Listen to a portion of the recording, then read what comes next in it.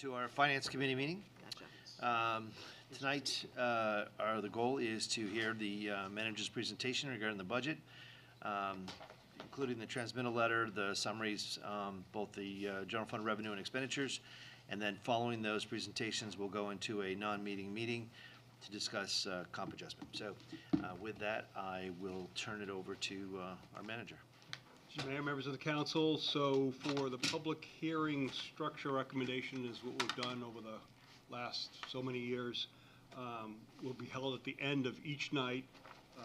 Of course, you're acting as the Finance Committee now to ensure the public has the chance to weigh in on the budget deliberations. So I'll go through the entire presentation, answer any questions that you may have after that, and then we'll get into the individual sections of the budget. As you know, you don't really take any votes on anything. It's just really, you want to hear the whole thing in total and then make decisions later on. But with that, I'll just get started and we'll go through. The pieces that you'll see here, many of them are, most of everything is already in the budget in one way or the other. I've just tried to encapsulate it here. So what we, this presentation is on the city's website already. I've already posted it. So if you look under the budget page, so people at home can follow if they wish, it's under the budget page on the city's website, and it's also on the city manager's page on the website. So the links are already there. As stewards of the taxpayers' dollars, I hope you find the presentation helpful. It's intended to provide an overview of the city's proposed budget. As you all know, it's just a starting point. It gives you a place to begin the review and make myriads of changes as you go through it. But again, it's just a starting point. It's a roadmap, and with that, I'll get right into the individual pieces. The from the fiscal management perspective, we're due to the very good, strong, ongoing economic development that's occurring in the city, solid practices and policies supported by a very strong institutional framework of the finances, S&P has rated the city again AA+ bond rating. We've achieved a certificate for excellence in financial reporting for the 27th year in a row. It's the longest in the state of New Hampshire. And Distinguished Budget Presentation Award for the 8th year. That's the greatest award you can receive for budgets in the United States, for public budgets in the United States or Canada. The next slide. Looking at total budget overview, as you know, the proposed fiscal year 24 budget includes a 3.95 recommended tax rate increase. The fiscal year 23 adopted budget was $123.1 million. This is $130.1 million. That includes all the capital projects. So that includes everything that you would receive from grants or donations, any other monies that would come in. So the number is very big, but it also includes a lot of outside dollars that come in for this. You'll remember in fiscal year 2020, you had a tax rate increase of 1.6%. In 2021, you had no tax rate increase. In 2022, you had 2.5%. Last year, you approved a 4.8%, but because of additional revenues that came in, when the tax rate was set, it really came in at 4.2%. And if you adopt this 3.95% budget, which you won't, but if you did at this number, if you look at a 5-year average, the 5-year average is 2.45% over the last 5 years. Given what's gone on with inflation and whatnot, I think that's pretty reasonable. But again, 2.45% over a 5-year average is what we're looking at here. If you look at the city from a valuation perspective, the percent value taxes that are exempt in the city this year is about 23%. That's probably down. It's probably greater than that because we really don't go around and evaluate very significantly tax-exempt properties because there's really not a lot of purpose to it at this point. In 2010, Concord had, as you can see from this chart, 23% of all the value in the city is tax exempt. If you would other communities that have major tax exemption properties in their community. Laconia is at 10%, Nashua is at 8%, Dover at 12%, Manchester at 12%, Portsmouth at 10%. So that's for this year, the most recent data. If you go back to 2010, Concord was at 25%, Manchester at 13%, Nashua at 9%, Portsmouth at 12%. So with 23% of the property being tax exempt, that number usually fluctuates between 23 and 29. So this is the lower end. It can get almost up to 30%. However, that's one of the things that you always do try to keep in mind, and I try to keep in mind when we put together the budget, is that there's a much smaller group of taxpayers in Concord than really any other place in the state for a large-sized community that's carrying the tax burden. So you got to be very cognizant of every tax dollar that you spend, and I know you are. Looking at fund balance, the unassigned fund balance, so that's the light green here, is the fund balance that represents a portion of the total fund balance, that's the green and the red together, that is spendable, not restricted for anything, or has not been committed or assigned for the specific purposes. That's the light green section. Essentially, is the funding that provides the city with the flexibility to deal with emergencies, think COVID, or other unanticipated events. The healthier the unassigned fund balance, the less an impact an emergency will have as an impact on the city. The unassigned fund balance is the balance that the rating agencies, that's Standard & Poor's in this case, uses one of the key benchmarks to assess the city's financial health. In January 2023, Standard & Poor's affirmed the city's rating AA plus rating, which is a half a notch below AAA. Very commendable achievement for the City Council, and really it looks at your budgeting that you've done over the years. As we look at the unassigned fund balance, we are now at 19.6%. The city's goal is at 18.5%, so you're above the goal. We always look at that when we're focused on the budget. When the City Council adopted the fiscal year 23 budget last June, you used $375,000 of unassigned fund balance to offset the tax rate to keep the tax rate increase down. This amount was reduced to zero in November when we set the taxes due to the additional rooms and meals tax. You'll remember that came in from the state. So instead of spending the money, you use the money to offset that use of reserves and in a way, and in addition to eliminating the use of the fund balance. And remember, when we started using the fund balance because of COVID to ameliorate the tax rate impact, the plan was to get off of that in a 4-year time period, to slowly wean ourselves off of that and get back to having a balanced budget. We did that in a year and a half, so congratulations. So you're way ahead of schedule, and the total fund balance now stands at $20,324,190. If you look at motor vehicle registrations, the actual amount in fiscal year 22 was 7.2 million. We, in the revised budget, it's 7.4 million. And the estimate for, so that's what you budgeted, 7.4 million in the revised budget. Our estimate for now is $7.7 million, so we're going to beat significantly our budgeted numbers. So we're budgeting 7.55 million going forward. You'll see that in the details when we get into the revenue section. The reason I bring this up is because motor vehicle registration is the second largest revenue that you have. Well, interest rates are down. Interest rates are up for cars. Inventory is also up, so I think people have been out buying cars. We think that's going to continue to some extent, so we believe that this number is a good, solid number. I know Councilor Fennessy always asks these questions. This is an interest, when I get to interest income too. But it looks like a good number in terms of where we are. And as you can see, we're very conservative when we come up with that number, and it usually overachieves. Looking at rooms and meals tax, the actual is $3.1 million for fiscal year 22.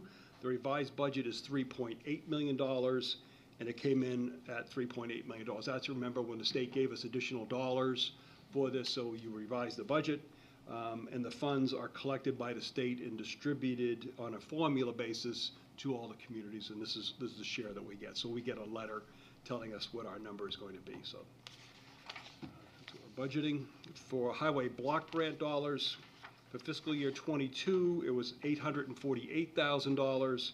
You remember, the state had a surplus, so they gave communities additional dollars. So that's why essentially double that number to $1.6 million. So you revised your budget in '23. That's the number that it came in at for the revised and estimated. So we're back down. We're not anticipating that number again, that additional surplus dollars again. So we're budgeting $884,000 for the highway block grant money. Remember, we take the highway block grant money that does go for highways. A lot of it goes into the highway reserve for your paving program. Investment income, you can see the impact on the general fund investment income when interest rates rise and fall. I'm going to take you back a little bit to the left of the chart. So if you look back at 2019, we had $895,000. In 2020, we had $613,000. Remember, $613,000 in 2020. In 2021, $60,000. So you had to make up $550,000 in lost income due to the interest rates dropping. In fiscal year '22, it stayed about that number, so it went from $60,000 to $82,000. In fiscal year '23 revised budget, we came in at, we budgeted $800,000. Councilor Fedesi got all excited, so to speak, and said, boy, don't be too aggressive with this, and we assured him we were trying not to be. It came in at $1.3 million. So we're budgeting about $1.31 million. We're going to be a little more aggressive with this, so we're pretty sure that even though that there's thoughts that the interest rates are going to drop a little bit in the future, it might be a quarter point, a half a point, we think we can hit the $1.3 million number. Again, the higher these numbers that come in, and if we can hit them, the less you have to raise in property taxes. Looking at a total budget overview, this looks at all the items from the general fund to all the special revenue funds, the enterprise funds, the capital funds. You can see that the fiscal year '24 budget proposes a $3.2 million increase. The fiscal year '23 increase was just under $5 million. So $5 million, you went up $5 million overall last year. This is up $3.2 million. If you just look at the capital section for '24, it's an increase of $1.9 million. The '23 increase was $6.2 million. So you can see it's not increasing at the same rate as in the past, because we did take a big, you were pretty steady for a lot of years, and then we did a lot of projects last year, so it's probably not too prudent to do that again right away. Looking at property taxes, take you back a little bit. If in 2010, the Concord School District was 53%. So when somebody pays their tax bill, what percent of the money goes to which of the groups? So you have, here's the Concord rate, the Petticoat rate. This either goes to the schools, it goes to the city, it goes to the county. In 2010, the Concord School District got 53% of your tax payment that came in. In 2020, it got 53%.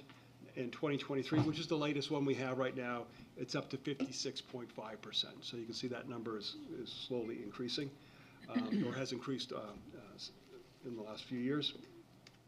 Merrimack Valley School District, in 2010 it was 58%. In 2020 it was 62%, and now it's down to 61%. So that's going in the right direction. So simply put, what this means is that if you live in the Concord School District, 35% of what you pay in your tax payment goes to municipal operations. That's what you have control over, 35% of what people pay in their taxes. The rest goes, the other 65% goes to the county and the school district. If you live in the Merrimack Valley School District, 31% of what you pay in your tax bill goes to the city, for the city council to decide how to spend. 69% goes to the county and the school district, Merrimack Valley School District. So what is the tax rate impact of a 3.95% increase in taxes on a $300,000 house? We try to keep these numbers, the valuation number simple. That way people can extrapolate from there. For a $300,000 home, you'll pay an extra $108 in taxes on the municipal side. What does the money go for? Essentially, it's used for four purposes. This is if you look at simply what we collect in property taxes. 33% of it goes to the fire department, 30% goes to the police department, 22% goes to general services, 15% goes to debt service, and that's as far as you can stretch the property tax dollars. The amount to raise in taxation, excluding overlays and veterans credits, this year is $48.7 million. That supports these four areas. And these proportions are the same proportions that you had last year. I think the fire department a couple of years ago went up a little bit because remember we were putting more dollars into expand services there. Looking at general fund overview, this now breaks down. You're going to see two charts, one this page, one the next page. This just looks at where the dollars go in terms of function. So you can see there's general government, public safety, which would be police and fire. That's the orange color there. 15% goes to general services. You can see how that breaks down. So this is by function. If you look at it by classification, you can see 46% goes to compensation wages, then 27% into benefits. You put them together, you got 73%. So that's, we're paying that much for labor. Outside services, so people we bring in from the outside to help, or contracts, supplies, debt service is 10%, which always stays about 10%. Then utilities and transfers out. Now getting into some comparisons for fiscal year 23, the budget you approved last June to this was proposed here. Compensation is up $1.6 million, and that's really the contracts that recently been settled. That's what it comes to, and of course there's pieces to that when you approve wage increases, there's increase in retirement costs, FICA, all those other pieces. And of course there's benefit costs that go up with that. This budget proposes no use of fund balance, and debt service, if you recall, went down last year, what our overall debt service costs were, and it's up this year by $120,000. So that debt service number, capital projects that you approved previously now come onto the books and you start paying debt service on there. Some drop off, some come on. The net is a $120,000 increase. Let's catch up with my notes, make sure I didn't miss anything. Just so you have for your notes, the retirement system employer costs decreased by $269,000. So you heard that the rates went down. That's what the impact is for us. So overall, so it sounds like a lot of money, but the overall retirement costs that the city pays for employees went from $7.7 million to $7.4 million. So we still have $7.4 million. We're doing questions at the end. Oh, sorry. So, let's see, but I'm almost there. So we do have one new ambulance is recommended to be replaced. That's $400,000. You'll remember that an ambulance used to cost, $225, $250, $275. They're up to $400,000 now. There are 6 ambulances, just so the public knows. We have 4 on the front line, 2 in reserve. We generally keep a new ambulance on the front line for 4 years, 4 years in reserve for a total of 8 years. So you'll get 8 years out of a new ambulance. Police vehicles are used in the marked fleet, so we'll get 4. We try to do 4 every year. That's $280,000. We keep them for 3 years on the marked fleet, and then 2 years in the unmarked fleet. So you'll get 5 years for, hopefully, for the police vehicle. The replacement for the tanker truck. This is, so if you're beyond generally the areas that have water service. So remember when we had the brush fires out on District 5 Road, the tanker truck goes out there. And the replacement's recommended. We have 1 tanker, so this is to replace the 1 tanker that we have approved.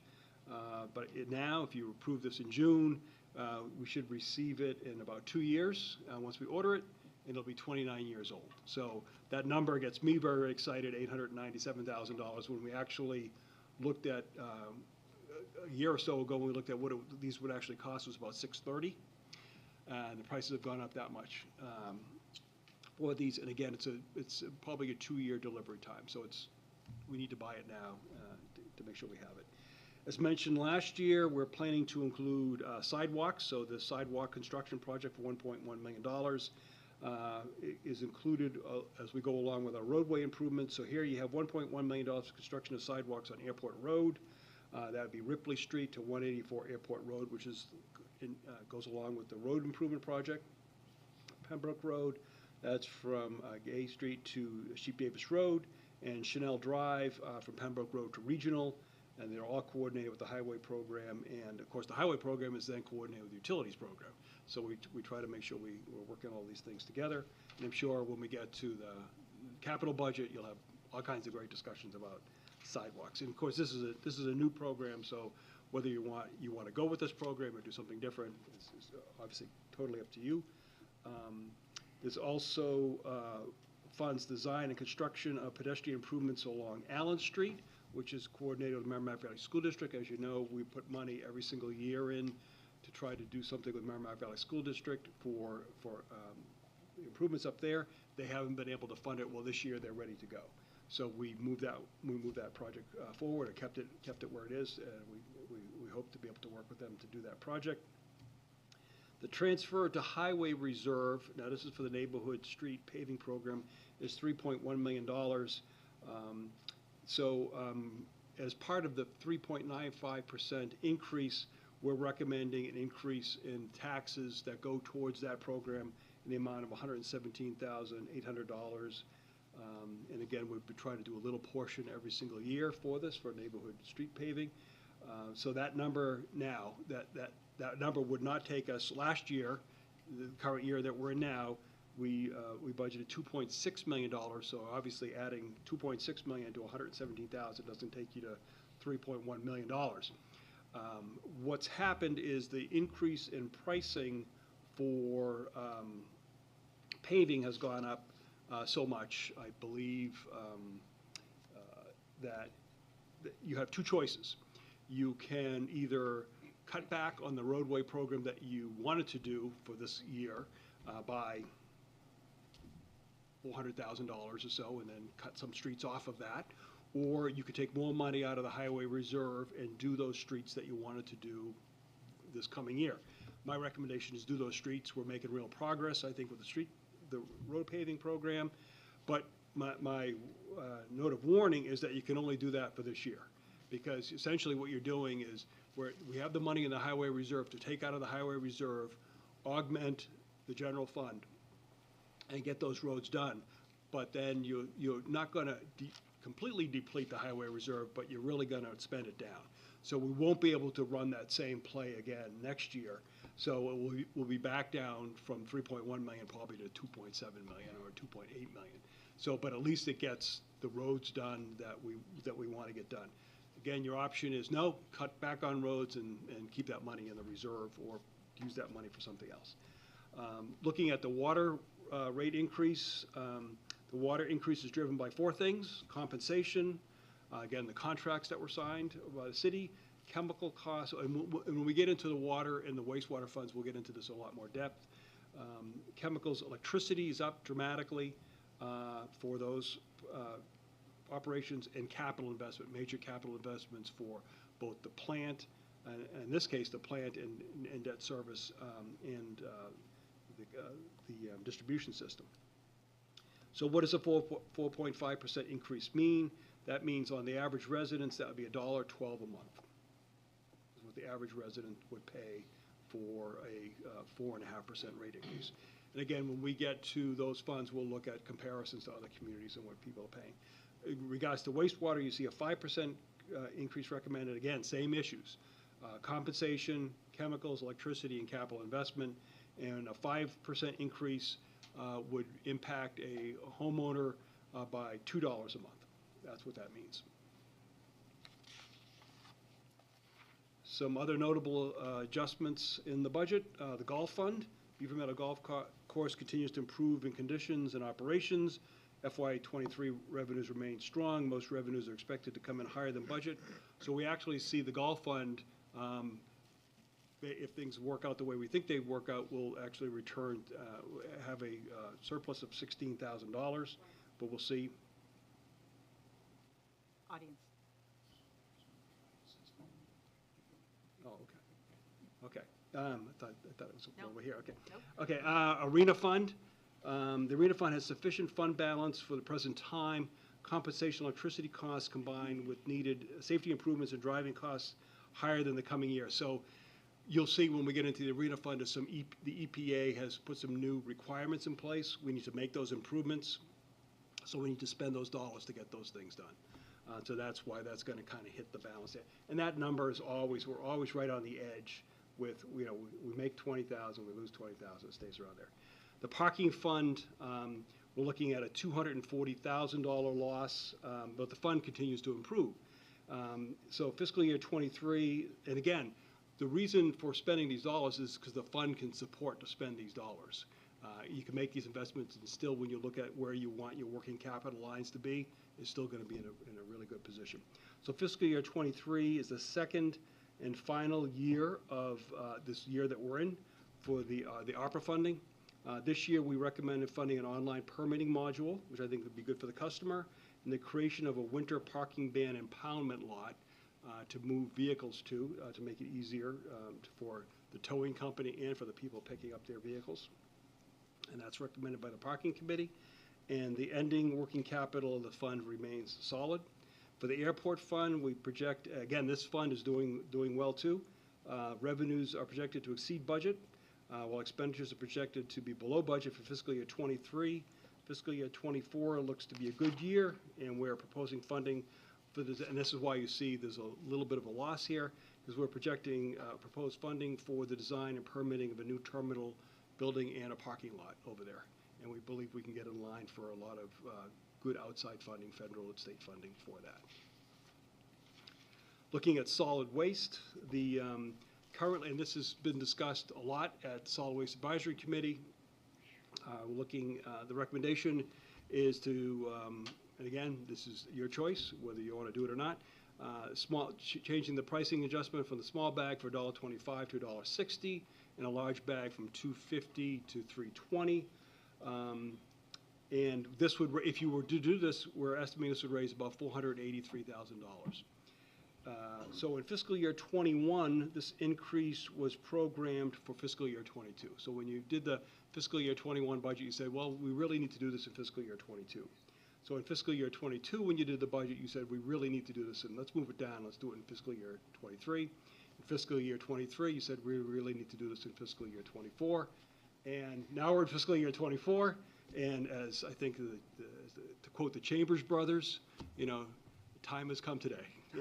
And you really can't push this any further unless, and if you do, you can. But what happens is you're going to have the transfer from the general fund, the property taxpayers, to the solid waste fund is going to go up. That's the only way you're going to do this. And now that you have really a good handle on the solid waste costs with the new contract that we're going to be doing, it is time, if you're going to keep the purple bag system, and if you're not, then you need to know what else you're going to be doing. It's time to do this increase. So we've been able to put it off for a number of years, but again, time has come today. So I'll discuss this more when we do the solid waste budget and the pro forma on June 1st. Now, I'll get into the paving costs again here for a minute, because I want to specifically talk about the street paving, not simply the sidewalks. So in fiscal year '23, we used $1.3 million from the highway reserve, went into the paving program. So obviously the paving program is much more than $1.3 million. It was $2.6 million. Fiscal year '24, we're recommending $1.4 million.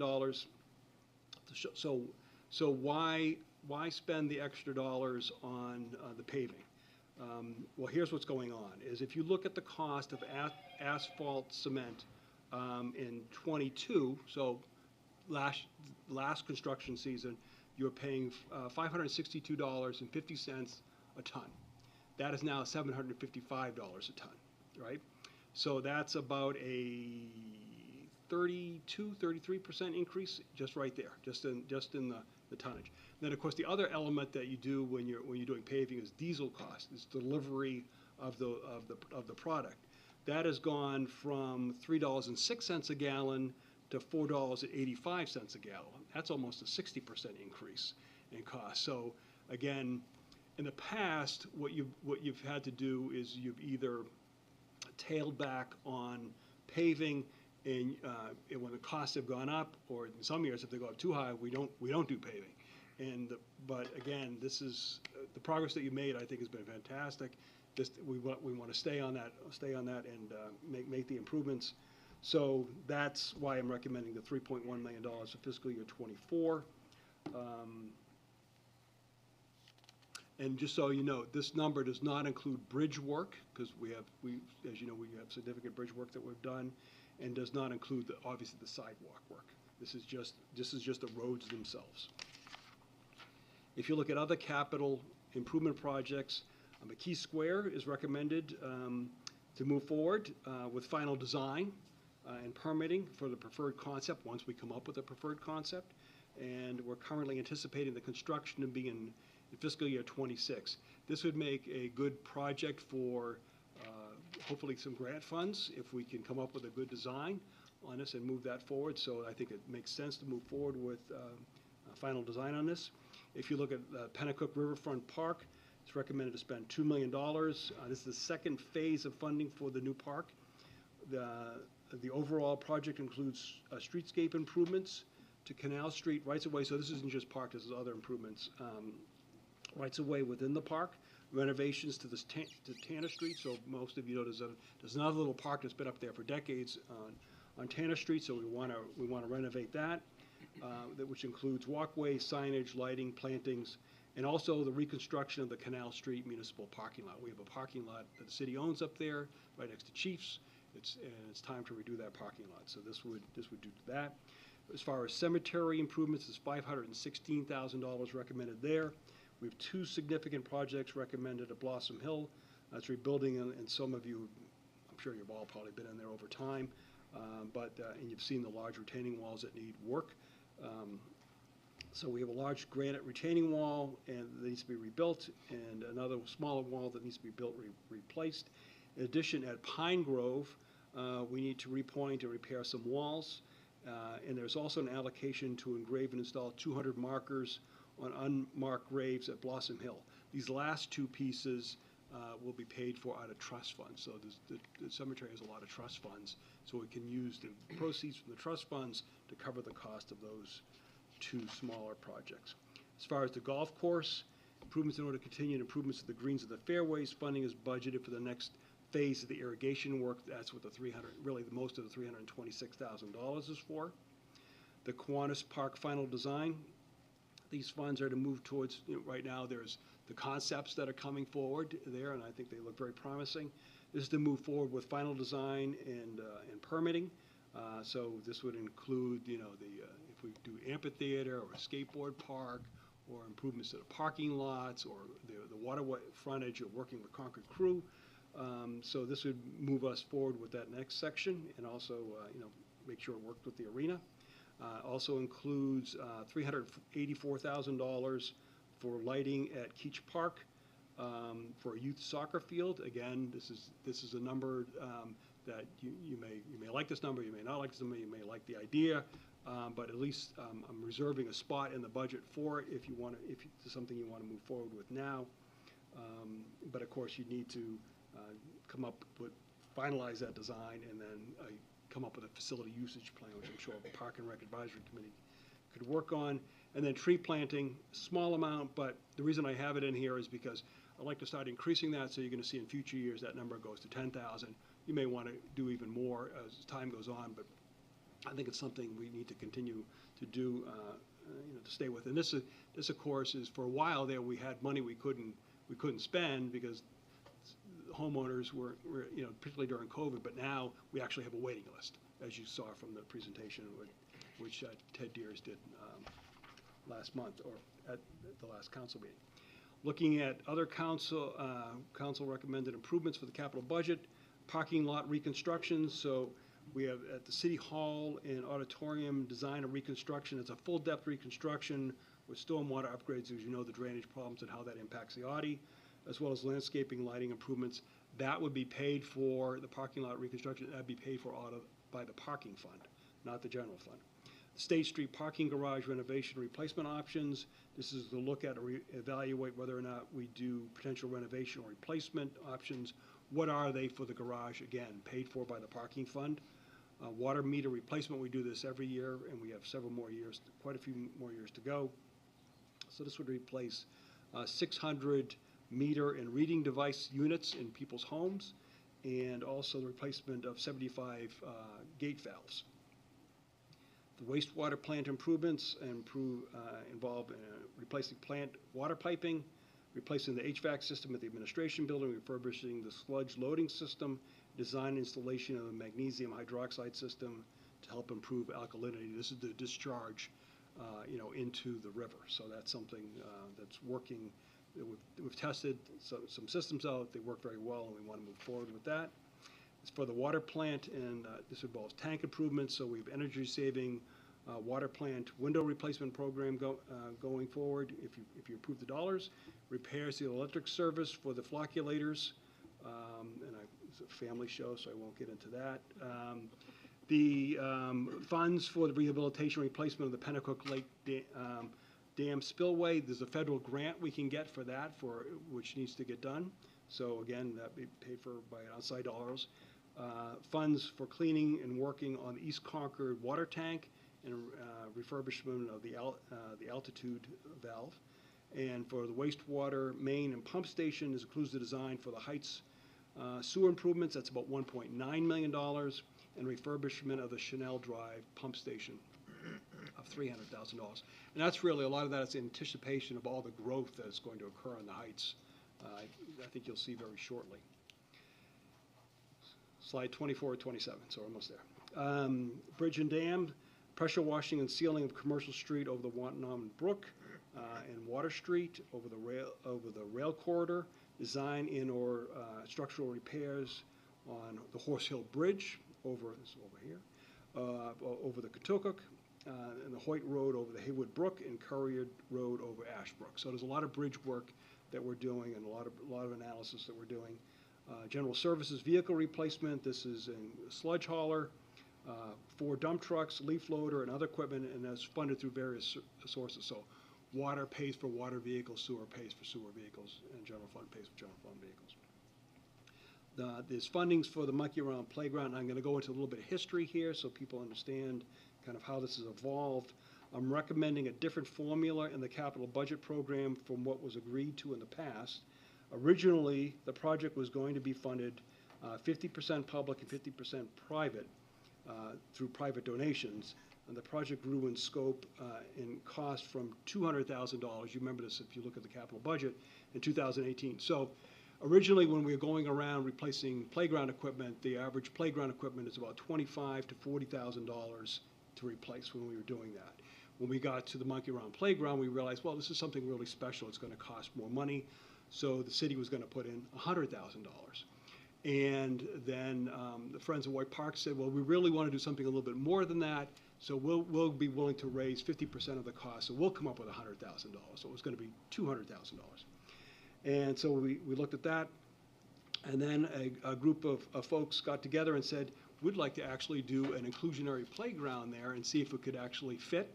And it looks like it can, and some analysis was done on that. So we had a new number done on that, and that came to $400,000. So look at, and the idea was, again, 50-50 split. So the $400,000 now is going to be $200,000 from the city and $200,000 raised privately. That number got upgraded due to what went on in the world, and that number went from $400,000 to $700,000. So it went from $200,000 each to $350,000 each. We looked at that again, and I know Councilor Champlin was working with the Friends of White Park and tried to figure out a way to raise money here, and Councilor McNamara. And then we got a new price on that, and it's no longer $700,000; it's $800,000. So looking at that, realizing a couple things have gone on in the world since then. COVID has really, I think, impacted people's ability to raise money. Just things are different. People aren't quite as willing to give as much cash as they used to. They'll give time, but they won't give cash. Businesses really didn't have the money. Also, remember the federal tax rate structure changed. So donations are no longer what they were because people can't write them off the way they used to. So we decided to take a different tact, and that tact is we made applications to Land and Water Conservation Fund, and I'm hopeful that we can get a $400,000 grant for this. So there's two ways to approach that. You could take that $400,000 and say, the city's raised its $400,000. As soon as the other $400,000 comes in, well, away we go. Well, the other $400,000 is going to come in. So my thought is we take the $400,000, we lop it off the $800,000, now you got $400,000 problem.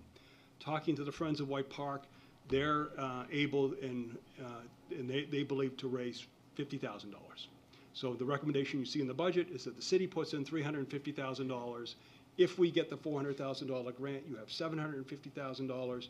You take the $50,000 from Friends of White Park, you have $800,000, you build an inclusionary playground. So we'll see how that goes. So really the reason it would not be appropriate as part of your budget action is because you would need that donation in hand, and you would need to know that you have the grant. So I think if you get the grant and we get the donation, then we come forward during the year and say, let's appropriate these dollars and move forward with building an inclusionary playground. The other option is you just fund you just move forward and spend $800,000 on $750,000 on a playground. But I think I think this is a really good project for LWCF. I think we really have a good chance of getting this. So that's my story with Monkey Around Playground replacement. For the arena improvements, $69,000. Again, I had mentioned what was going on with the arena fund. In this case, you have a new eye wash station, a roof ladder with a hatch, because essentially people have to climb on the outside to get to the roof. So we're going to try to make that a little safer for everybody. And phase 2 of an ammonia system improvements to adhere to the EPA has new regulations, so we want to adhere to those. We could do it the way the state does, which is don't do it, get sued, and then do it. But we decided to go a different direction and do it up front, and that'd be funded through various funds. Again, the arena fund and general fund will pay for that. City Hall improvements include replacing the interior HVAC system for the chiller water piping system, which is phase 3 of 4. I'm sorry, in phase 3 of 4 of the masonry improvements that you see going on, repointing the building. That's the total of $377,000. And library improvements includes the upgrade of the HVAC controls, interior finishes, which includes stairway carpeting in the main library. Slide 25 of 27. Fire station improvements replaces specialized washers and dryers designed for decontaminating firefighting personal protective equipment. So essentially your fire gear that you were just at a fire isn't used in the same washer and dryer as your other gear. This is to try to improve safety. Bless you. Comp improvements include a boiler replacement, and that's funded across the water fund, wastewater fund, and the general fund. You'll see that when we get to those funds. Again, for the fire department, this is a systematic replacement of hose and equipment. Phase 1 of 2 of replacement of the cardiac monitors and associated equipment. So as you know, all the fire department vehicles have cardiac monitors, the police department vehicles have cardiac monitors. As you go through city buildings, you see the cardiac monitors. This will be a replacement of all of those as we go along. I'm recommending money for a new police station study to look at a site analysis, and then looking in depth at whatever site we end up coming up with for that to find a new home for the police station. Police station improvements, $200,000. That's really to replace the existing roof. So even if you find a new home for the police station, you still need a roof on the building. It's money well spent. New airport design and permitting, the new terminal and parking. This would be demolition of the existing terminal, demolition of the parking lot, replacement of old with new, and the funding is split, so you know the way the funding works on airports. It's 90% federal funding, 5% state funding, 5% city funding, and the city funding would come out of what we're looking at right now, coming out of the airport itself, not the general fund. And then airport repairs. This is the replacement on hangar number 2. We'll put this off a number of years to make sure the airport fund can support this. Again, paid for with airport funds. Regarding a few sustainability initiatives, we're looking at, you see the water fund, doing some EV charging stations up at the water treatment plant. We've completed our LED street lighting program, and the reason I bring that up is I think we'd like to take that and continue that, particularly being what we're going to be doing the Loudon Road Bridge improvements. We've talked about that. And we're going to be working with the state on the Manchester Street Bridge. It's a good time to replace those lights too at the same time, and because we own those lights. So it makes sense from a cost savings standpoint and environmental standpoint to do that. And also you see there's additional money in the budget for the Trails Ranger position. Funding has been approved in the past, but would like to up that, have more dollars available and a little more flexibility. And thank you for listening. Glad to answer any questions. Nate, you had a question? Thank you. When you were mentioning the retirement rates that were set, if I remember correctly, those get set basically for 2 years, is that right? Correct. Okay. Correct. So the way to look at it is we really only see the savings this year, because once you take the savings, you've taken the savings. You don't get another $267,000 off the budget next year, because you've already done it. So, but take it while you can. So. Thank you. Mr. Manager, you mentioned debt service increasing $120,000. What's the average that increases each year? Last year, it went down about 100,000? About 100,000. So it fluctuates. We try to keep it around the same, because that way, otherwise you're appropriating more general fund dollars, taxpayer dollars, to pay that. However, the more capital projects you've done, and we've upped the amount we're doing in capital projects, the greater that number is going to be over time. And of course, fortunately, interest rates were down, so we were borrowing, we were doing some expensive projects, but we had very good interest rates. We refinanced a lot of things, saved a lot of money there, but as rates are back up now, even though our rates are still very good because of our bond rating, the importance of the bond rating, you'll probably see it climb a little bit over time. Thank you. Councilor Fennessy. Thank you. Mr. Manager, I apologize. I think you said this, but I missed it. So in the parking fund, the $240,000 loss that we're projecting for 2024, does that include the ARPA funding or no? No, because we spread the ARPA funding over a few years. The year that we're in, fiscal year that we're in right now, is the last year. There's Okay. no ARPA funds for next year. Great. Thank you. Mr. City Manager, this may be a more appropriate question for Monday night when we talk about safety services, but you mentioned increased funding for replacement PPE equipment for the fire department. Yeah. Do you have any idea, and again, the chief may be able to answer this better than you, whether the new equipment will have reduced levels of PFAS? That's a better question for. Okay, Chief. I'll ask that on Yeah. Monday. Yeah, that's fine. If it's available, I'm sure that's where we would go, and to me, that would be worth the money. I just don't know. I mean, my understanding is the reason for the new washer dryers is because of discovering that when you Yeah. wash your uniforms in the same washer dryers that you wash the turnout gear in, then the PFAS can. And anything that you go into, any fire that you go into, or chemical situation you go into, that's on your equipment. You're bringing that back into the station. Right. You're bringing that back into the living area for the people, so that's part of it too, yeah. Super, thank you. Councilor Brown. Thank you. Mr. Manager, just looking at the sustainability initiatives, and these 3 items, are we on track to meet our goal of 100% renewable energy for Concord, with 100% energy from renewable energy sources by 2030, and 100% thermal energy consumed in the city from renewable energy sources by 2050. Is this on track with that? For the pieces that we control, we already accomplished our piece.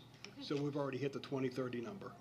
We've been using sustainable energy for 6 years. So we hit our number 6 years ago.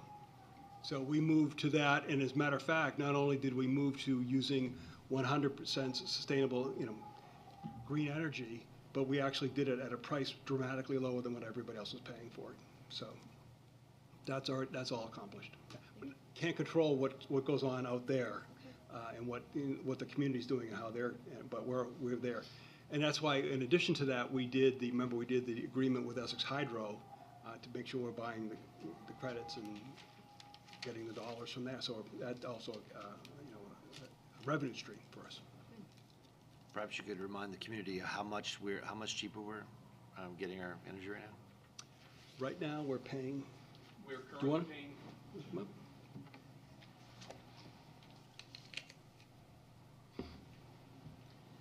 our current contract goes until December of this year, and we're currently paying 6.15 cents per kilowatt hour for our supply, which is substantially less than pretty much everybody else out there. And if you look at the default rates right now, you can certainly know the difference between that. We did just sign another contract this past week for 10.7 cents per kilowatt hour, which is phenomenal in my opinion.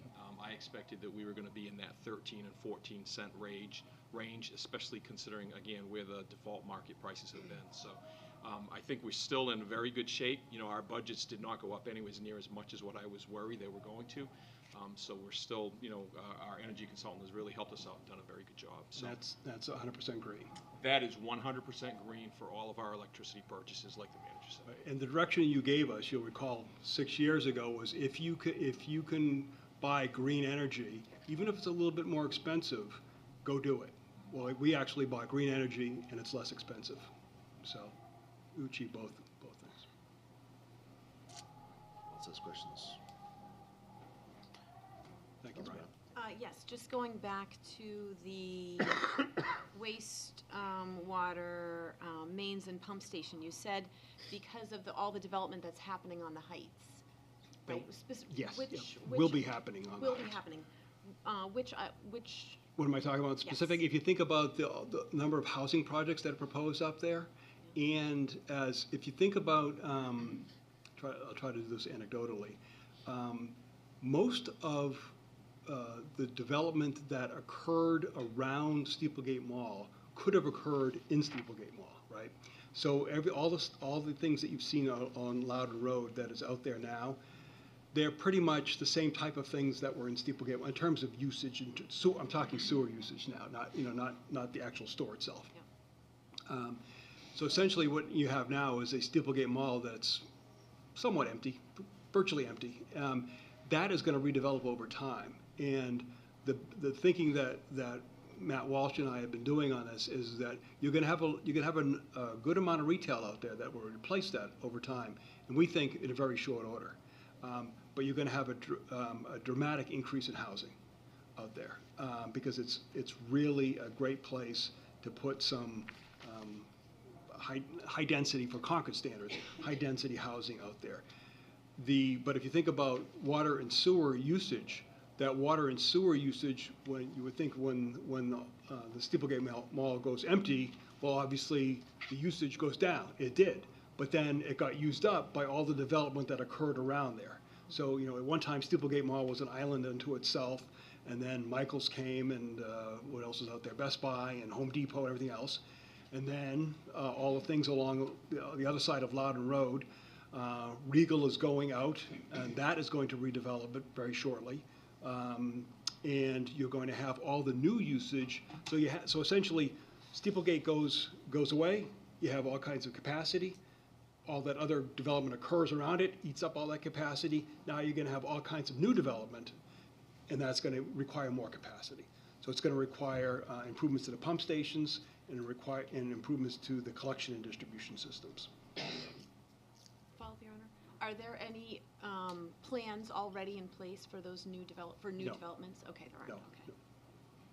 Well, I should say the housing pieces, there is some housing proposed on Pembroke Road out there, some very large housing projects, and you've seen some of the things that are actually working their way through planning board. When you say in place, when I think in place, I think building permits and steel in the ground.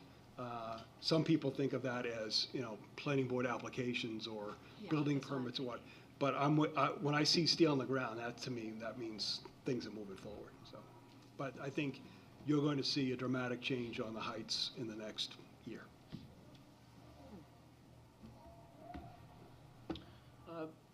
Back at the beginning, you were talking on revenue and license fees. Yes. Because people are keeping their cars much longer now, which means we're gonna collect Less. a lower number. Right. when it comes to taxes.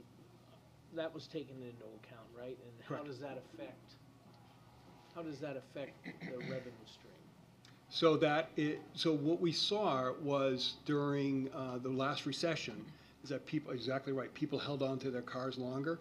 And so a couple of dynamics happened. People held on to their cars longer, but you can only hold on to it so long. And then what happened was after the recession ended, there was a huge demand and run up for cars. Cars are much more expensive now. If you think about EV cars, much more expensive than a gas car. People are paying for that. You have that going on. Then you had the dramatic decrease in interest rates. People were then buying more cars because interest rates for cars were dramatically down. That has now changed, and now they're back up at 6.25%, 6.5%, somewhere around there. But the problem was the supply wasn't there. Now, actually, the supply, if you go back out to, Brian likes to on his days off, drive around vacant auto dealers, and he'd tell me how many cars there are on the lots, and there weren't any. Now they're starting to fill back up again, and you actually see new car dealerships building new dealerships. And now that when you go to buy a car, so example, I have a friend who wanted to buy a Toyota RAV hybrid, and I think they waited 4 months for that and had to put down dollars to get it. When they called and said, hey, your car's ready, it was a used car that was 4 years old. And so and they said, no, thank you, we'll wait for the new ones to come in. And they come in so the demand is still huge out there. It just now got to wait for the supply to come in, and the supply is coming in. So we think we're good for this year. Thank you. Who else we have?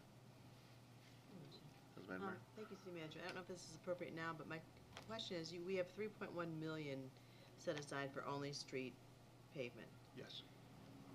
That's, and sidewalks only come in if it's a brand-new street, right? That's what I'm suggesting. Right. Is there a number or an estimate, for example, let's say we had 2 blocks of sidewalks that are broken, they need to be repaired, it's infrastructure that needs to be kept up. Do we know approximately what that would cost? Do we have an estimate of what it would? If you gave us the streets, we could figure it out. But I guess I should clarify something. The idea of the program is that when we're out there doing that street, we will fix that street. So I looked at those 3 streets and I said, if we were building those streets today, would we put a sidewalk there? The answer is yes. Clearly in my mind, you may say no, you don't know what you're talking about. We don't need sidewalks out there. If we were doing an existing street that had sidewalks that were in disrepair in the past, we would do the street, but we would not necessarily do the sidewalk. Under the program that I'm suggesting is that if we're out there doing that street, pick Spring Street. We're out there doing Spring Street over, we would actually do all the sidewalks at the same time we were doing Spring Street. So eventually we get around to everybody. But there may be sidewalks, and there may be 2 miles of sidewalks scattered around the city that you say, well, we can't wait another 12 years to get to those. Right. And then you could say, spend the money here instead of, or spend a portion of the money here instead of there. But again, I'm pushing the dollar amount as far as I can go right now, and this is as far as you've ever pushed it in terms of using cash. You can realign. That's why I said at the beginning, you're probably going to realign some of this stuff. So. Thank you, Your Honor. Following up to Councilor McNamara's train of thought here with the paving program, we've often talked for years about the type of weather that we've been having in the winter, and when we had the previous recession, we were losing more roads than we could pave back, and we've always been trying to push the envelope a little bit more, gain back some of those roads. We had a mild winter this year, the $3.1 million. Are we making progress, or are we still sliding back? No, we're making progress. And for example, that's why when we got the additional dollars from the highway block grant, from the surplus right from the state, we went right out and did Little Pond, Carter Hill, Lakeview, I don't think Bog. Well, the Bog was. Lake Street. Yep, Lake Street, we did those. You're thinking previously to that when we had dollars. We did Bog Road. So yes, we're making, and those are big roads, that does make a big improvement. And that's what for some of those roads, you went out, to give you a little history, you went out and you did a lot of the arterials and collectors years ago. You did Route 3, You didn't do Manchester Street. Manchester Street's coming up. We've got to get that done. You did Loudon Road. You did Main Street. You did sections in most of North State Street.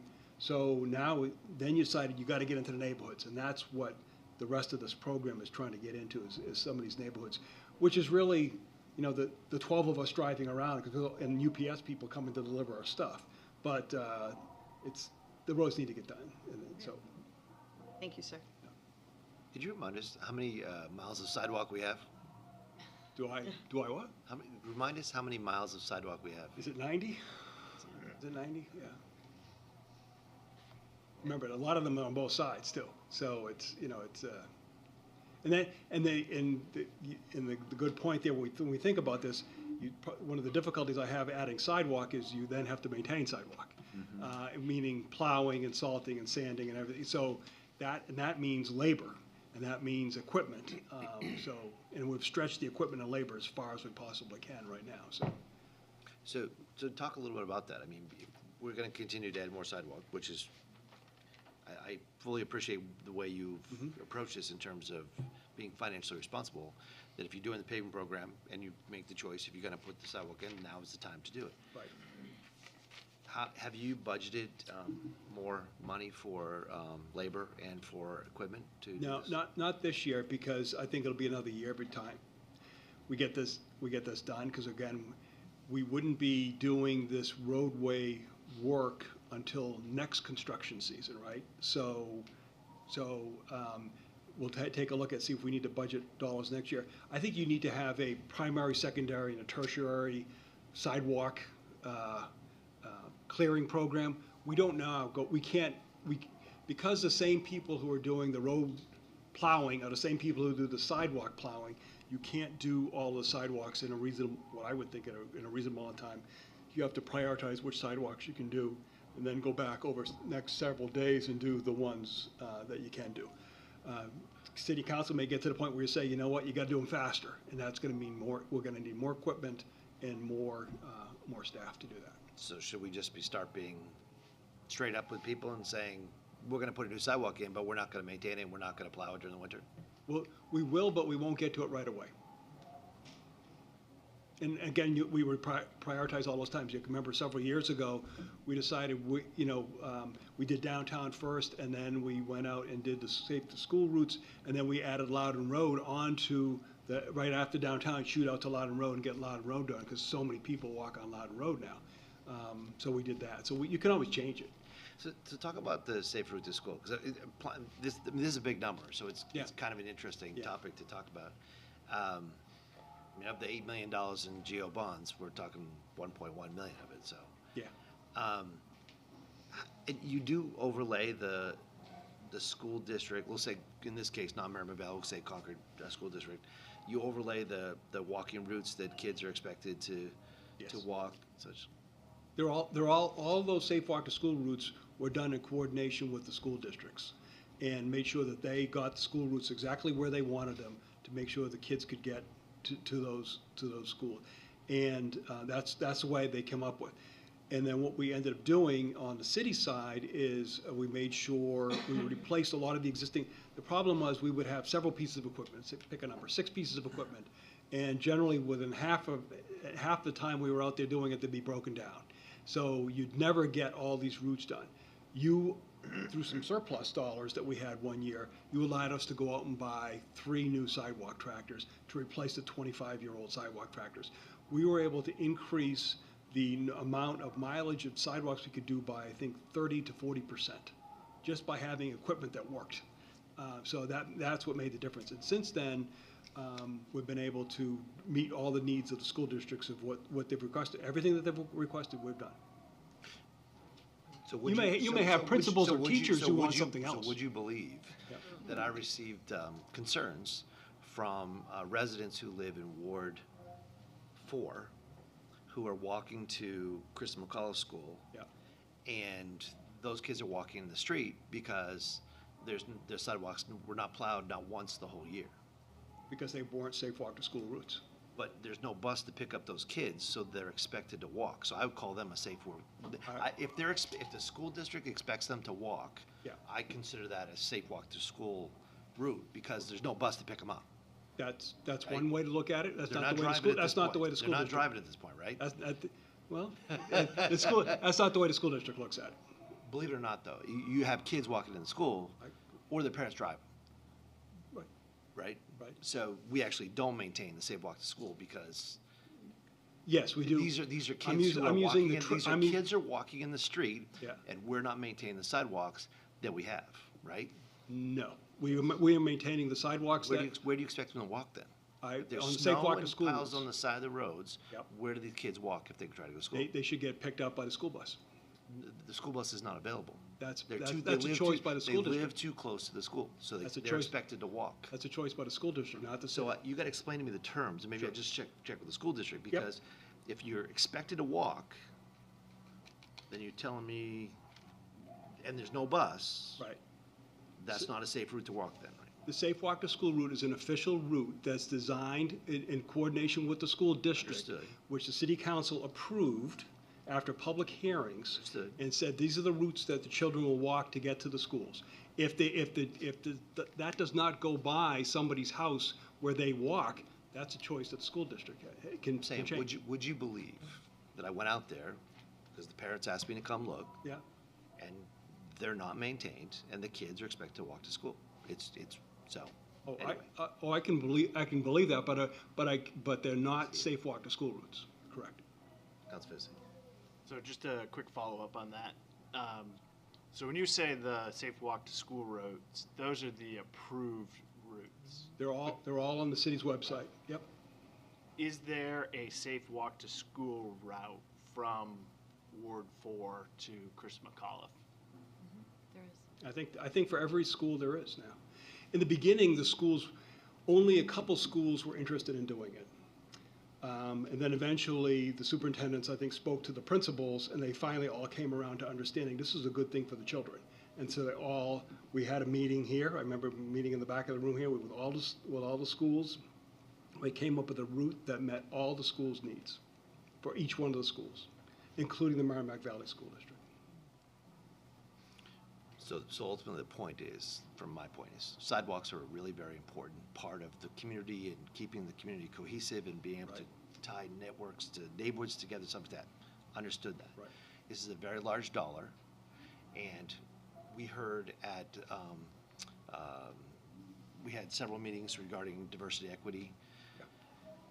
And we got to hear from community members, and one of the messages that we heard, and I thought it was heard loud and clear, and there were other counselors that were there, and they could share their experiences.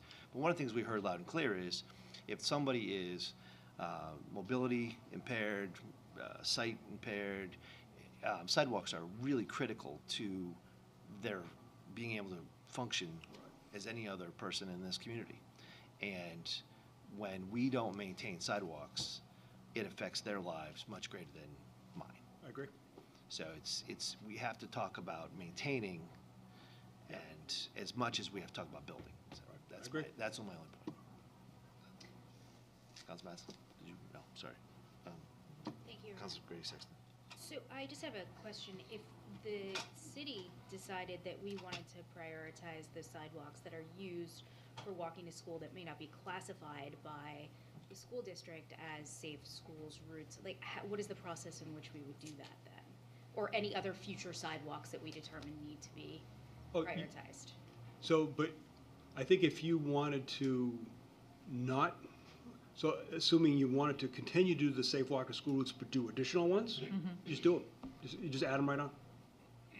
And then we could put them on the website and show people that those, so if you look at the website, if I recall, it's just very much like the road program, you see which ones are done immediately first, right out, right, and then the school district both school districts contact and say, when do you think you're gonna have those sidewalks done? And they use that information as a determination of when they're gonna open their schools. So if we say to them, let's say, it depends on when the storm hits, if the storm hits Sunday night at 2 a.m. going into Monday, we're not gonna have the sidewalks cleared come 6 o'clock Monday. We're still gonna be doing the roads. So they may say, hey, we're gonna have a delayed opening, or we're not gonna open till Tuesday, type of thing. But if you wanted to add, and I don't know how many miles of sidewalk or the Safe Walk to School when you put them in total. If you wanted to add 5 more miles, or you wanted to augment that with other ones, that's completely up to you. You don't need anyone else's, this is our people, this is our equipment, we can do it when we want. Thank you. Thanks, Your Honor. This is a really important conversation. It's also a 20-year-old conversation. I think that we're at a place now with some of the conversations that we've been having with the school district about more cooperation. One of the challenges that we've had with Safe Walks to School is that the school district, despite having equipment right at the building, will not do that sidewalk right in front of their school. That means our city staff has to do it. They have the equipment, they won't do the sidewalk adjacent to the school where there is no home, but all the kids need to walk there. So when we're talking about taxpayer dollars that go for the school district and also go for the city, we need to be more cooperative and more thoughtful about that process, because they have the snow blowers, they have the equipment, and they could be doing the sidewalk right next to the school, and they don't. Counselor? I'm good. That was, yeah. Okay. Anyone else? Could you refresh my memory on the online module for parking? Somehow I'm forgetting about that part. Could I remind you? So one of the things you talked about with the parking Yep. fund, Yep. it was gonna pay for an online module for parking. I just couldn't remember what that was. I'll look it up.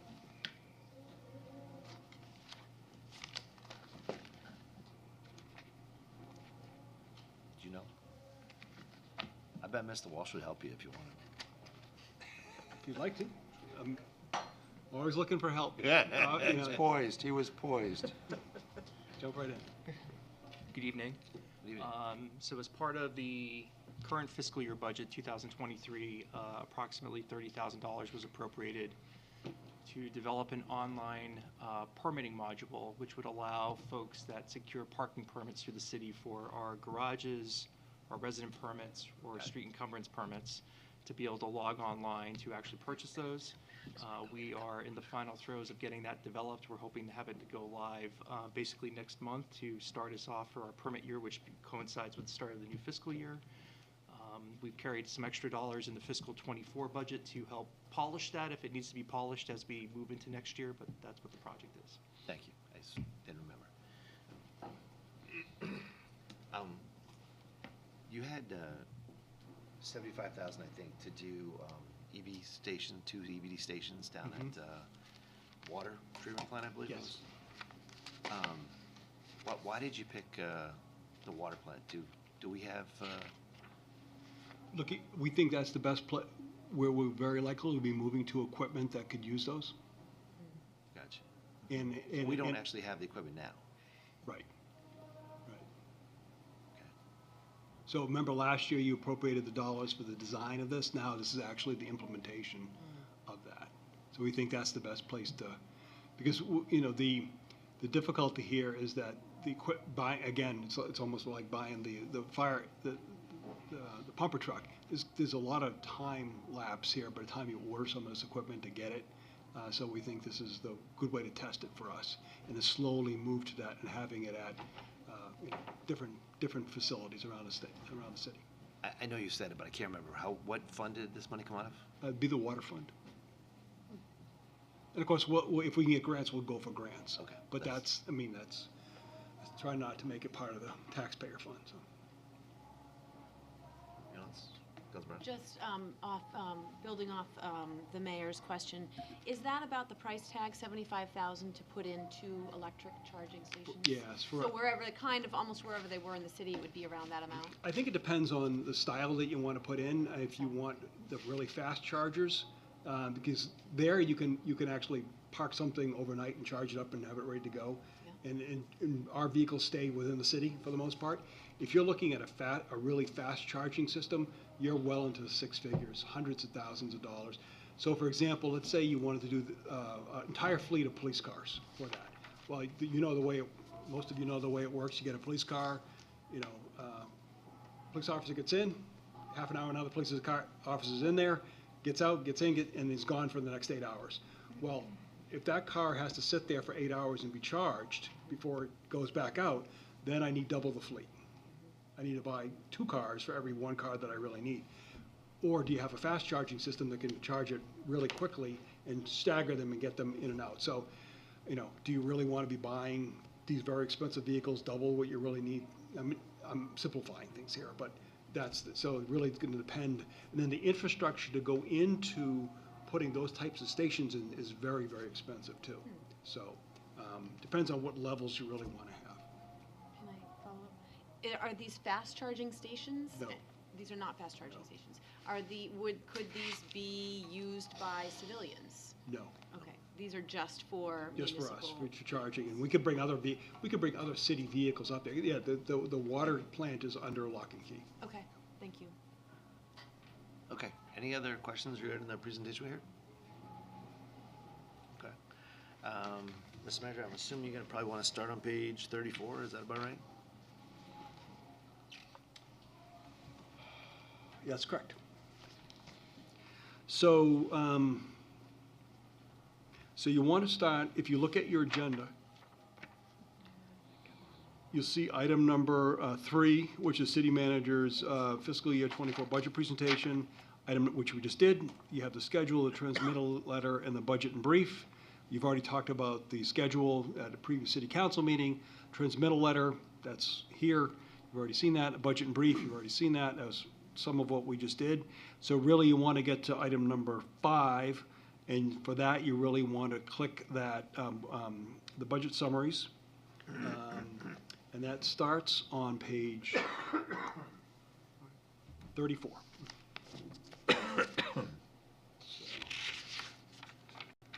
So on page 34 through 39, there's a revenue and the expense summaries for each fund by function and then by classification. As you can see at the bottom of page 35, if I'm going too fast, please just interrupt me. On the last column, the total expense budget for all funds, including capital, is $130,104,467. The amount of $7 million. This amount is $7 million more than fiscal year 23, as I've talked about, an adopted budget, and includes $1.9 million increase in capital. And I'll go further into the budget changes by department and fund in more detail as in future weeks as we go through this. The next we'll go to the organizational chart and staffing, and that is on page 40. So you just keep scrolling. You see page 40. So starting on page 40, you have the city's organizational chart. Please note that starting on July 1, the assessing and the information technology departments will start reporting to the deputy city manager for finance. These departments have always worked very close together, meaning with finance, on many issues, and due to my time constraints and all the issues that I deal with on a daily basis, this change makes sense and will allow me to more focus on time and energy on city council goals and objectives. And I'm sure they're looking forward to working with Brian. The other change that you'll notice on page 42 is that the golf staff are now listed separately under finance. Golf has been reporting to the deputy city manager finance for several years, and I think you all know the history of why that is. And I have not moved the org chart from Parks and Rec, so that's why you'll see this under finance now. The remaining pages, so really through 49, provide the city staffing by department and summaries. There are a few notable staffing changes included in the budget, and those are listed on page 48. The information technology, I'm recommending a change of the system analyst 2 position to a systems administrator 2 position. In police, I'm recommending the addition of a police social worker with a master's in social work position.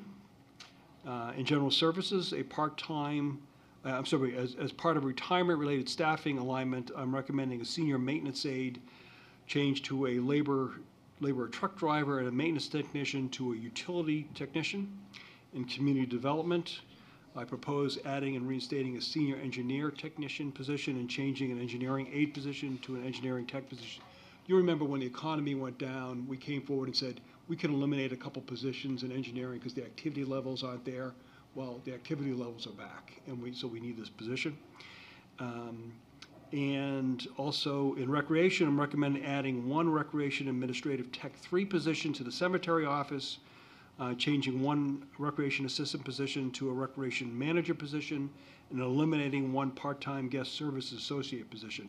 We really, in the big price here is in the cemetery position, we really don't have any redundancy in cemetery.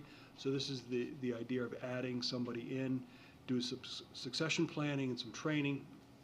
And as a matter of fact, there's probably 2 or not 3 positions in cemetery that will be retiring over the next several months. So I do need to get some changes made there to get ready for the next decade or so.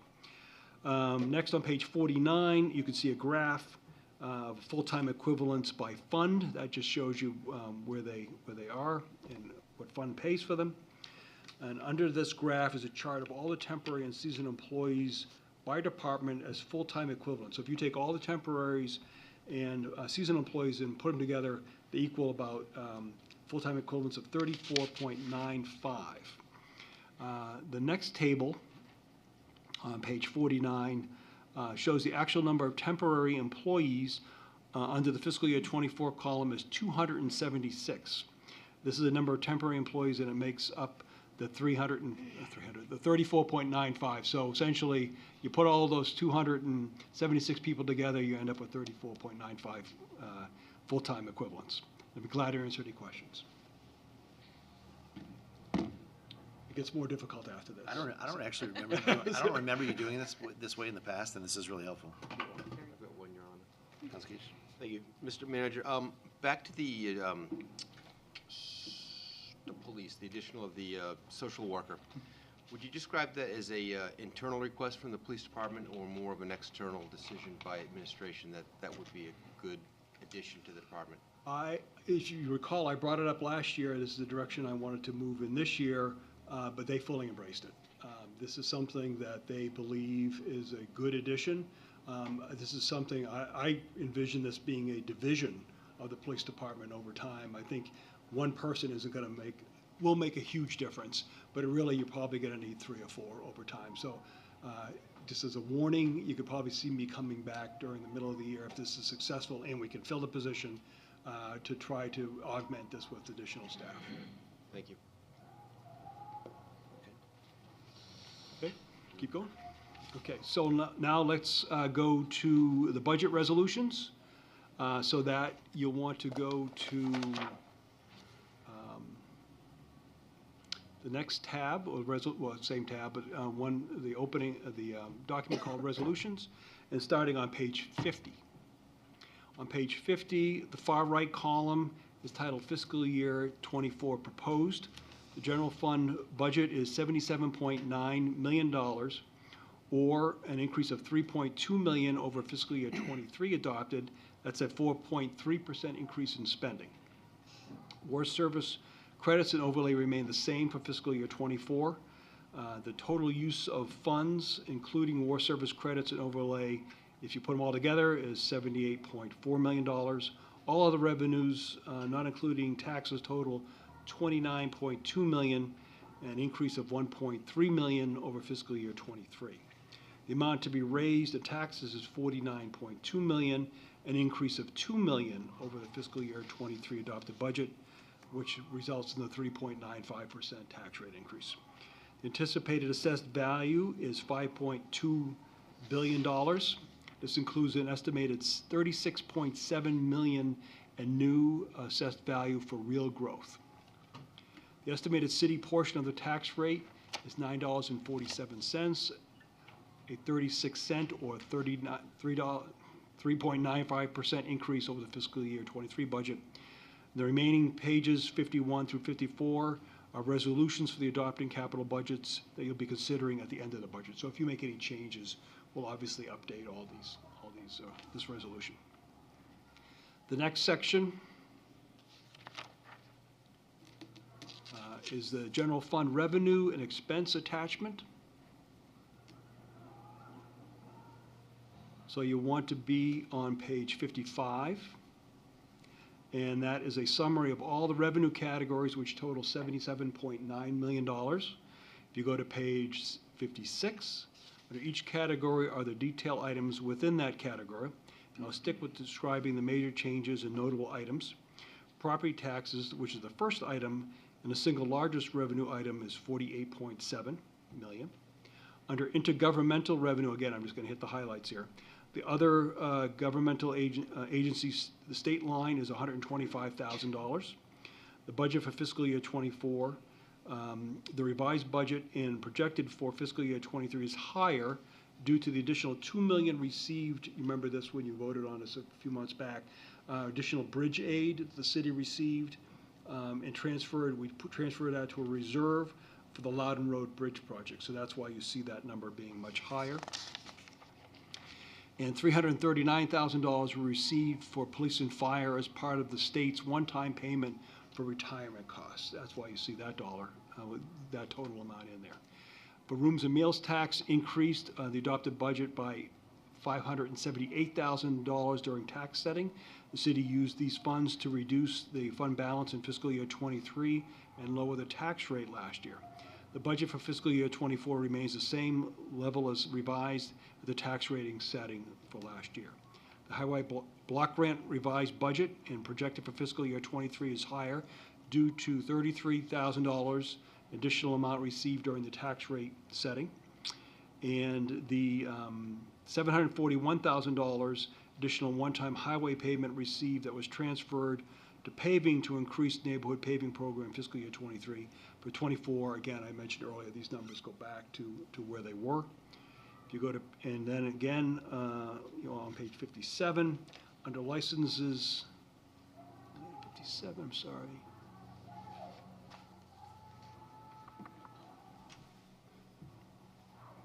I'm sorry, 57, license and permits. We're projecting construction permits to increase by $88,000. This is due to increased building and renovations that are going on. Investment income, we're increasing by $510,000 with interest rates at the highest level in more than 15 years. I expect this revenue line to remain strong in fiscal year '24. There's talk of, as mentioned earlier, interest rates easing at the end of the calendar year or early in '24, but we still should be able to hit this number. Under transfers in, again, at the bottom part of that page, there is no use of impact fees to offset debt service costs so that the line is reduced to zero. So you remember, in a way to encourage development, particularly, we dramatically reduced the collection of impact fees, so we don't have dollars going there. For transfer from grants and donations, this is the last of the ARPA funds being used in fiscal year '24, so you see that change. Use of fund balance, there is no use of fund balance for '24. Fiscal year '24 was City Council goal number 1 for a balanced budget and ahead of when we said it would be reduced to zero. On page 58, which is the next page, motor vehicle registration is up by $100,000 from the fiscal year '23 budget. Under department service charges, ambulance charges are up $252,000, and this reflects the continued increase in calls for service for ambulances. I'd be glad to answer any questions before we move on. Why don't you just, I think it might be worthwhile to just remind the community, when you talk about license and permits and construction permits, was there a time in which the state actually paid construction permits to the city? Yes, the city actually, it would change dramatically from year to year, but if the state was to build say, let's use the women's. How about this? Yes, too long an answer. Yes. So we know that there's a psychiatric hospital coming. Right. We know that the state budget is appropriating money for a new men's prison. Yes. And we know that the state budget is appropriating dollars for a new parking garage for legislature. Correct. Right. So it's 3 major construction projects within the next several years. We'll see how much in construction permits. Zero versus $400,000 to $500,000. Right. Again, state policy. Along those lines, the rooms and meals tax increases help us quite a bit. We're projecting forward what that may look like in the next fiscal year. Is that expected to drop? It could drop, but it's interesting, we got a lot of calls from other communities saying, what are we doing in terms of trying to project what that number is? But we're pretty confident. I'm probably a little more confident than Brian because he's, that it's going to be that number. but it could vary, we could see that declining over time. Councilor Vincent? Thank you. I don't know if it's best to leave this when we talk about assessing, but can you just remind the public when we count new development for purposes of determining whether that's going to be real growth or not in the tax year? So it's where projects are, where that actual what's physically happened to the property as of April 1st. So anything you see going on right now, we wouldn't capture that until next year. And at least, you know, for those purposes. And so we do really go out there and make sure we try to get as much in, you know, that was done. Now, we can, if things occurred and we didn't get out there and inspect it by then, we can catch up on that. But it's really any activity, if you were to see something coming in, you know, December 1st, people, you know, getting their foundations in before, that's really not going to get picked up until the next tax year on those. So that's the way it works. And again, that's set by the state of how that works. Just going back to the meals and rooms tax, did we get the percentage we were expecting or promised from the state? Remember, the law was we were supposed They to changed get the 40, formula. we were getting 20, but they promised us 30 or something? Yes, so that's what we're getting now. Okay. So essentially, it's, you know, we know legally we're required to give you X, but we're going to give you Y, be happy. Because you're lucky you got Y. Yeah. That's essentially the way it worked. So now, will Y stay at Y, or will it change to Z? And I wouldn't expect Z to be much higher than Y. So, you know, that's the, Grateful. be Grateful for grateful, Y. enjoy it while you can. Wait for HB2. Thank you. City Manager, under fines and penalties, the fines for overdue items, that's library? Or what is that related to? Let me see. Brian? Yeah, that is library.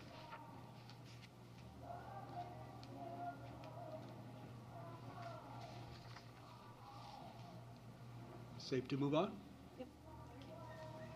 I apologize, where were you? Next, we'll go to page 60. No, I was talking about fines and, Page 56. thank you, that's what I was looking for. Appreciate it. Yep. Okay, all set. Okay. So, on page 60, the top section, the 5 largest revenue items in the general fund budget as a percent of the total revenue. As you can see, these items make up 86.5% of all the general fund revenue, so those are the big players there. The remainder of this page, in the top of page 61, provide a brief explanation of each of the top 5 revenue sources. That's just so it's a little background for you. The bottom of page 61, we show the fund balance progression over 10 years. There's certainly a positive progression with unassigned fund balance at $13,219,990, or 19.6%. Expenses are reported earlier in the presentation. In the last section for tonight's discussion, it starts on page 62 for the general fund summary expenses. This is a new section this year, so that's why I'm going to spend a little time on it. The summary of expenses provides a good overview of expenditures for all the general fund departments combined. Page 62 is a summary of that classification. So that's as much time I'll spend on that. And on 63, these classifications are broken down into each of the budget line items. So you can see just a different way of looking at things. Hopefully that helps. Under compensation, you can see the individual lines that make up wage expenses in the general fund portion of the budget.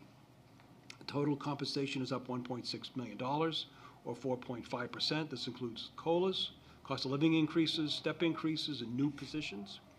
This increase is less than I expected due to the attrition that has occurred during the course of the year. So, of course, generally you get people who retired who have been with the organization for many times 35, times 40 years, and somebody new comes in and they're not quite making the same dollars that those folks were making.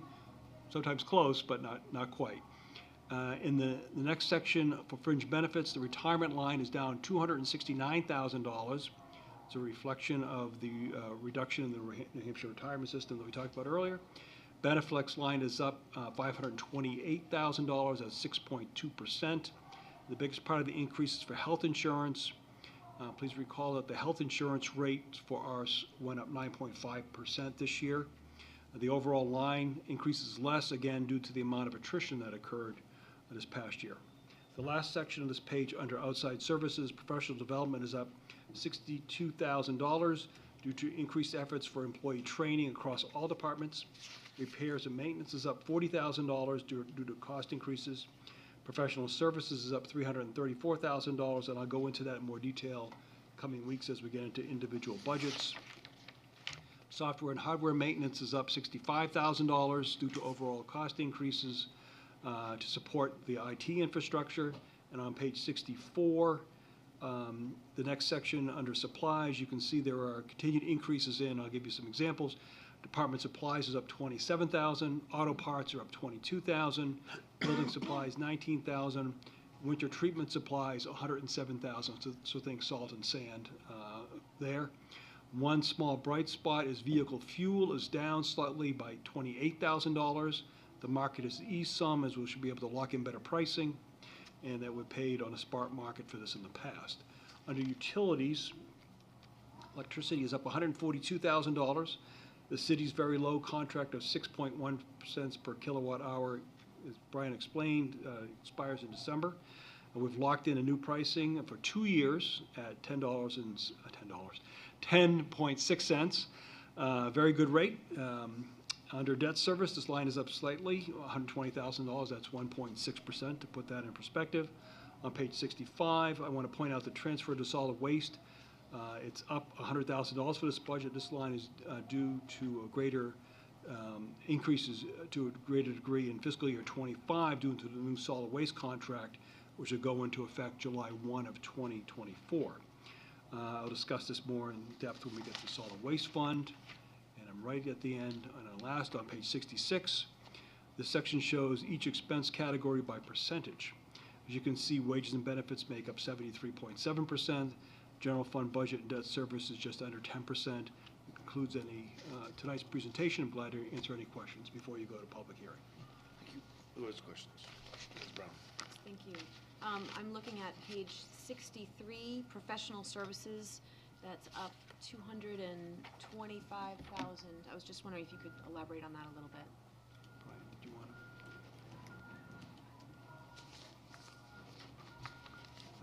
It's a big catch-all.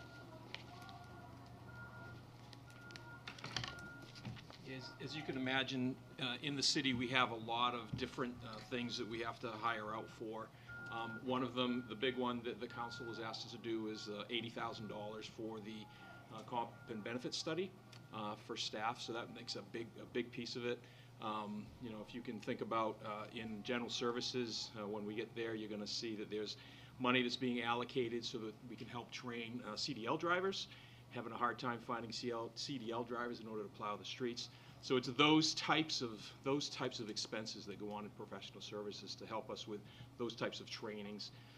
You know, we have other training that needs to happen, like in the fire department. You have new EMTs, so we have tuition expenses to go along with some of those in order to bring those together. So Right. it's that type of. And I'll bring those forward.